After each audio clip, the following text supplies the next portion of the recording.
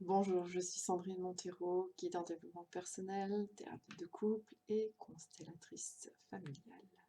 Pour précision, les constellations familiales sont un outil qui nous permet de nous libérer des héritages du transgénérationnel, c'est-à-dire de nos aïeux, des difficultés que nos deux familles, nos deux lignées ont pu rencontrer dans le passé et qui n'ont pas été résolues. Parce que malheureusement, on a tendance à porter ces poids du passé. Voilà. Alors aujourd'hui, je vous retrouve et je vais avoir une notion très difficile à vous transmettre parce que notre mental ne peut pas comprendre ça, ne veut pas comprendre, peut-être même parce que pour lui, c'est incompréhensible quelque part. Donc il vaut mieux essayer de ressentir si c'est juste ou pas, et puis vous en ferez donc ce que vous souhaitez.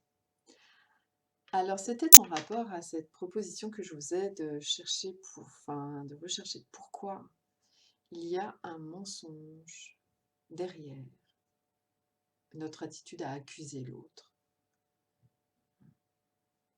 Et donc, cette notion un peu particulière que je vous transmets aujourd'hui, c'est, en fait, tout ce qui nous arrive vient de nous. Donc, il est illusoire et complètement, on se voile la face quand on accuse quelqu'un. Et on n'est pas au bon endroit. Parce que la vérité, c'est quand il nous arrive quelque chose, que ce soit d'ailleurs agréable, là c'est plutôt la bonne nouvelle, ou désagréable, ça c'est la moins bonne, et bien c'est nous. C'est en nous qu'il y a quelque chose à aller regarder. Ce n'est pas de regarder l'autre. L'autre, il a juste agi parce qu'on avait besoin de vivre ça. Et puis lui aussi, sans doute. Alors pourquoi? Mais quand il nous arrive quelque chose de désagréable, c'est comme un message qu'on s'envoie à soi-même pour nous faire voir qu'on a une croyance ou une peur qui n'est vraiment pas bénéfique pour nous et dont on doit pouvoir se libérer ou au moins être conscient pour pouvoir du coup y faire face. Il faut savoir que nous sommes pleins de programmes, nous sommes comme un ordinateur dans lequel on a rentré des programmes pendant nos 7 premières années de vie. Et on n'avait aucun, à ce moment-là, aucun filtre, c'est-à-dire qu'on a tout pris. Donc tout ce qui est véhiculé par la société dans laquelle on est, et c'est différent si on est né en Asie, si on est né en Afrique, ou si on est né en Europe, ou aux États-Unis, en Amérique latine, etc. Donc tout ce qu'on nous a transmis par la culture, mais aussi par l'éducation, nos parents ou nos enseignants, les personnes que l'on a rencontrées pendant cette phase de vie, et puis nos expériences, pourquoi pas. Tout ça, nous l'avons ingéré sans recul, sans critique, parce que ce n'était pas possible tout simplement à cette période-là. C'est seulement après 7 ans qu'on est capable parfois de faire le tri, mais pas avant. Et avant, en plus, c'est beaucoup, beaucoup de choses inconscientes, parce que c'est comme ça que le cerveau fonctionne. Je ne vais pas rentrer dans les détails. Mais on sait, depuis qu'il y a eu les découvertes et les publications sur la physique quantique, que nous sommes des êtres vibratoires, nous sommes faits d'énergie, comme tous les corps, tout ce qui existe. Et cette vibration est influencée par nos pensées, nos croyances, nos peurs, quasiment à notre insu pour la plupart de ce qui se passe. Nous avons beaucoup d'automatismes, des programmes comme ça qui tournent et que nous ne contrôlons pas. Alors c'est très utile pour faire battre le cœur, pour faire la digestion, pour tout ça. Évidemment que tous ces programmes sont nécessaires et qu'on n'a pas besoin d'y penser à chaque fois qu'on veut faire un pas, qu'on veut ingérer un aliment. On n'est pas obligé de penser à toutes les étapes qui vont faire partie de la digestion. On n'a pas besoin de penser à nos yeux pour voir. Donc en fait, Heureusement qu'on a des programmes, mais certains de ces programmes ne sont pas du tout pour faire fonctionner le corps, hein. Ce sont des programmes liés à, on va dire, à la personnalité des gens qu'on a rencontrés et à leurs propres croyances et leurs propres peurs, hein. Si on avait un parent, vous avez peut-être remarqué, qui a très peur, admettons des araignées, bah, il y a des chances que les enfants, puisqu'ils ont baigné là-dedans, aient peur aussi, juste par mimétisme. Leurs parents avaient peur, donc ils apprennent à avoir peur. Si un parent n'a pas peur, bah, il y aura peut-être quelques enfants qui vont quand même avoir peur des araignées, mais il y en aura aussi qui n'auront absolument pas peur des araignées, par exemple. Donc voilà, on a un conditionnement très inconscient en nous et qui nous mène souvent à notre mal-être global ou à vivre des situations difficiles. Donc ces situations sont là pour nous informer, pour nous dire: «Hé, hé, regarde, tu crois en quelque chose qui n'est pas bon pour toi, change-le». Donc allons regarder en nous plutôt dans ces moments-là, quand quelque chose de désagréable nous arrive. Ok, ça nous arrive pour une bonne raison. C'est pas le hasard qui nous tombe dessus. C'est parce qu'en moi, il y a quelque chose qui vibre en relation avec cette situation. Donc après, pour le découvrir, ça peut être un petit peu plus... Il faut se poser plusieurs questions, c'est pas l'objet de cette vidéo. C'est juste d'attirer votre attention sur le fait que finalement, arrêtez d'accuser les autres, parce que là, du coup, vous perdez votre temps, votre énergie, vous vous créez en plus des complications supplémentaires, parce que si vous critiquez quelqu'un, ça peut aussi vous revenir. Et regardez en vous, mais qu'est-ce qui a pu, à quoi je crois ou de quoi j'ai peur qui m'a attiré ça, et alors je m'occupe de ça, plutôt. Je mets mon énergie là-dessus, d'accord? La deuxième raison que je vois qui peut faire que accuser quelqu'un, ça peut être un mensonge. C'est un mensonge de toute façon, mais pour cette raison-là, je veux dire, c'est qu'on ne sait pas. En fait, on ne sait pas ce qui a motivé l'action de cette personne.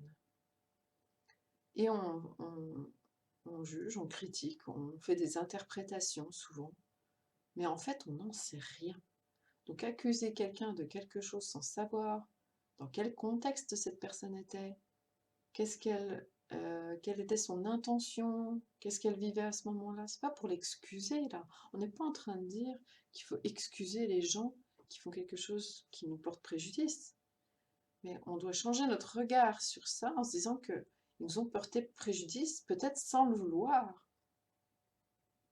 Et parfois en le voulant. Ça, je vous l'accorde qu'il y a aussi des gens qui ont cette énergie, hein.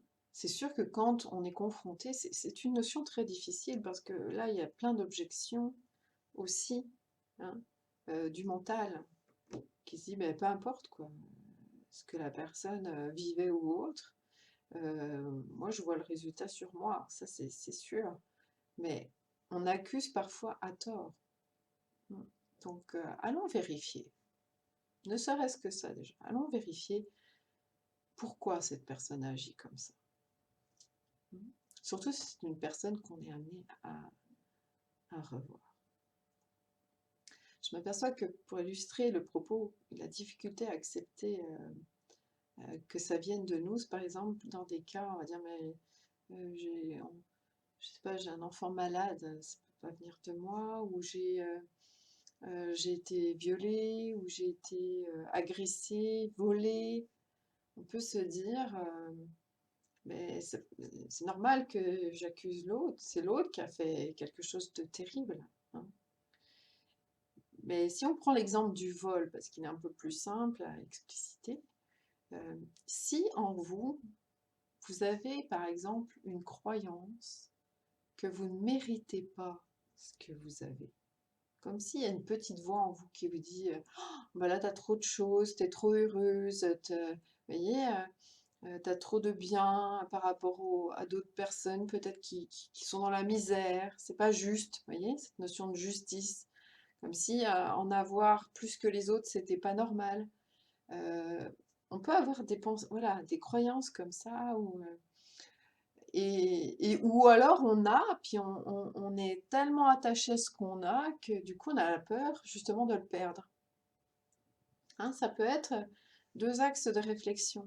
Et donc, bah, si on a ces pensées de façon récurrente, c'est-à-dire qu'elles reviennent souvent à nous, hein, parce que si c'est qu'une fois, ça n'attirera pas de problématique, mais si c'est récurrent, que ça fait des mois, des années peut-être qu'on a, à un moment donné, bah, c'est trop, quelque part, où ça génère, ça crée ce qu'on a peur, ou ça justifie notre croyance en nous arrivant.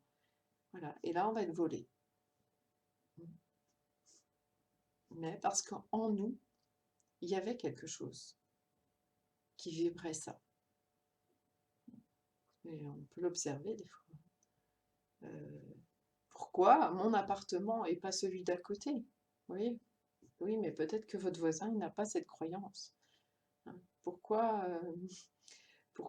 moi j'ai signé un contrat et que c'était une arnaque, et alors qu'il y a plein de gens qui signent des contrats qui ne sont pas des arnaques. Mais je veux dire, c'est en fonction de ce que nous émettons. Voilà. Donc je sais que c'est pas facile parce que ça nécessite de prendre vraiment la responsabilité de tout ce qui se passe dans notre vie. Puis pour ceux qui croient qu'on a plusieurs vies, ben, ça peut même être qu'on est en train de payer une dette karmique. C'est-à-dire que peut-être nous, on a volé quelqu'un dans une autre vie. Ou même, ça peut être transgénérationnel. On peut se faire voler parce qu'un de nos ancêtres a volé. Et c'est comme si nous, on voulait réparer. Ou alors parce que notre ancêtre a lui-même été volé. Puis là, c'est comme si c'était pas possible pour nous de sortir de ce schéma. Si un ancêtre a été volé, ben, c'est comme si on revivait sa vie et que nous aussi, on devait se faire voler. Donc, vous voyez, il y a plusieurs hypothèses en fonction.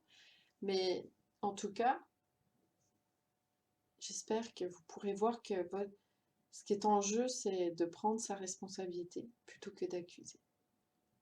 Et donc de se dire, je regarde qu'est-ce qui a pu m'attirer ça. Si je ne vois rien dans mes pensées, ben, je vais aller regarder déjà peut-être du côté de mes aïeux. Est-ce que c'est arrivé à quelqu'un d'autre dans ma famille? Puis si c'est pas le cas, ben là je vais peut-être, selon mes croyances, me dire que ben, il y a peut-être une autre vie dans laquelle j'ai été dans la situation inverse. Et ça, c'est pour ceux qui croient en plusieurs vies. Voilà, je vais donc achever cette vidéo et je vous reposte un nouveau questionnement pour la semaine prochaine. Merci à vous. Au revoir.